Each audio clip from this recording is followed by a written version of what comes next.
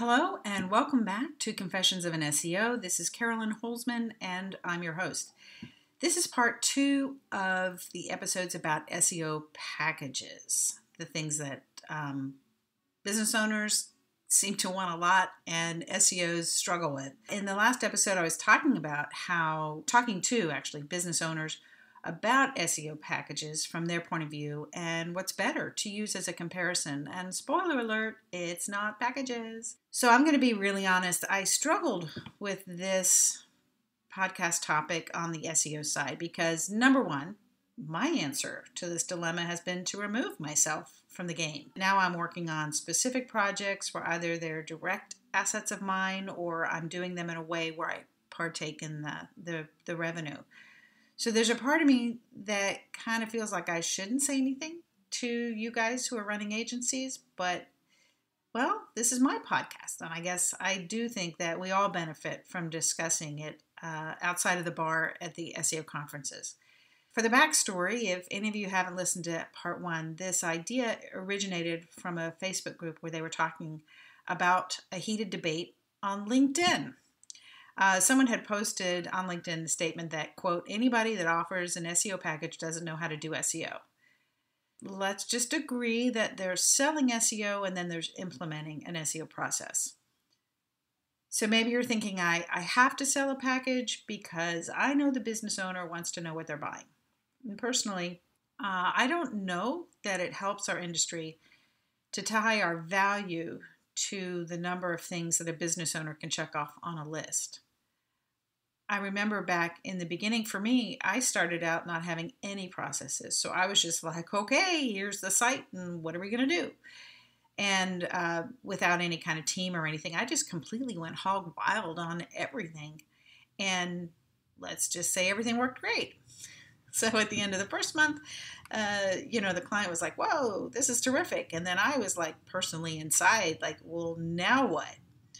So I think all of us have gone through that. If we started from, and you remember my path, I came as a business owner doing my own SEO. So there weren't any constraints. Hell, there was no budget. So what I did was necessary. But if you're working with a budget, if you're working with people that you need to not just pay for this month, but also for next month, it really behooves you to have a series of processes. So I'm going to say that the concept of packages on one hand, the business owner likes them because they feel protected. In the last episode, I talked about how I didn't really think that was true protection. Because, I tell a story of a roofer that I'd started with, but it turned out, and I found all this out in hindsight, he's the kind of guy that changes SEO companies every 3 months, like clockwork. And so whoever talked to him last, it was like they were, throwing seeds of doubt, which he was quite happy to pick up and plant. He was always, kind of like, well, maybe I'm not getting what I'm supposed to, and he starts digging around. So he came back at me like the second time where he was going to tell me what he wanted, which was all this stuff that wasn't going to help his rankings. And he wanted to also rank in another city. And these are all the things I just kind of like looked at the list and I said straight up, these things on your list, they're not going to help you. And here's how I know why. And I rattled off some of the testing I had done in those particular areas. So then when I asked him after kind of, sort of slamming everything down on the desk, metaphorically speaking, I asked him if he could tell me why he wanted these particular things. It was really interesting. The only answer he could come up with was because he would have something at the end of the month, and it seemed to be like a punch list. He could check off what was done because to him, it was really important for him to know that somebody was working, that he was paying them.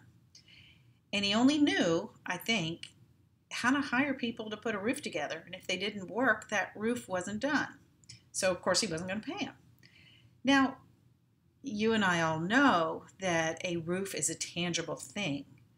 But SEO is different because as much as in this debate on LinkedIn, not only are you trying to improve the client's site, the client's competitors are also trying to improve theirs.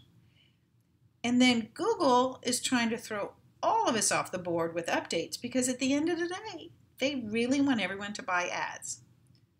As SEOs, we must demand a degree of agility. So, so many factors can affect a plan. Even a well marked out set of to-dos, we've got to have the ability to always move into what's working. So I think if a client understands or I should say is open to understanding, it's often helpful, I think, sometimes to talk about phases. So as long as they know where they are and they know that you're leading them, I think to a large degree that's what they want. And I think we must remember that SEO is our business and what they do is theirs. It doesn't mean we don't take their input or we don't talk to them about it, but I think we really have to hold on to the fact that compared to most business owners, and even I'm going to say business owners who think they understand SEO, we must make sure that they understand there's a place and a position in our leadership in the plan on the SEO. They have to accept that. I guess right now, I think it's worth the time to say that what we're going to do is, when you talk to a client, is let them know, you're going to evaluate their site. And I don't think that should be free. I think that should be part of the process. And so sometimes there are industries, that deal with retainers. So I had previously found that sometimes if you're describing it to your client as a form of retainer, it's set up so basically you understand that pretty much I'm going to stay on top of things. That they're not paying us by the hour. I think that's a fine line, and it's something helpful to understand, but maybe not to belabor, the hourly price. And I think for us to allow them to continue to think that they are paying us by the hour, in my opinion, is disingenuous. Much like the old adage, it's knowing where to turn the screw to make the machinery work. That's our value. Our value is not in the amount of time that we spend working on something. And I've sometimes, used this where I said, if I can send 50 people into your business by standing on the road with a sign, or I can do it by changing where your website is ranking, why should you care? And I think as SEOs, we must not think of ourselves as working by the hour. And I've said it before, I think it's the worst thing to do to go into exchanging time for the dollar. There's so many people that talk about that. We won't even belabor that.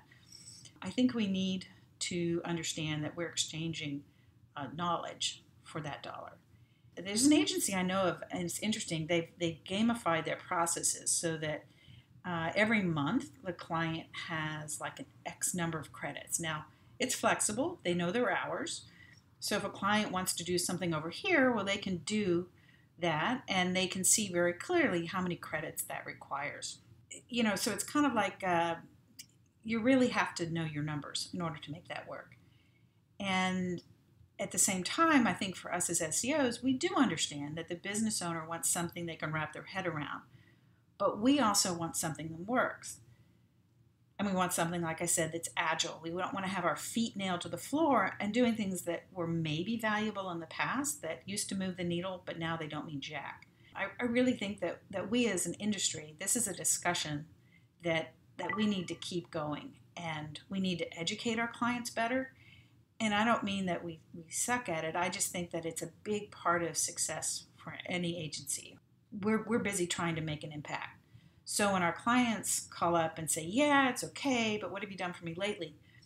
There are going to be people that will appreciate, okay? And those are the clients you want to keep. You may have to repeat yourself a couple of times. Eventually they're going to get it that they can trust you.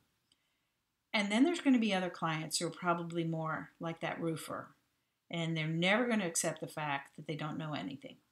Well, everything. And maybe they deserve to be where they are in their business in the SERPs. Maybe there's a reason why they're not really going to have a breakout business, which is why I think the next best defense to these hard-headed clients is to be able to generate leads for yourself. This is your life, your business. You should be able to set the rules of engagement and not let one client or two clients take over your life and make you absolutely miserable. Those ones are not worth it.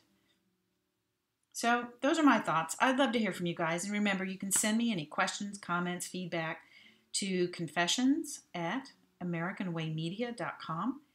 And I look forward to hearing from you. This is Carolyn Holzman, and I'll see you in the SERPs.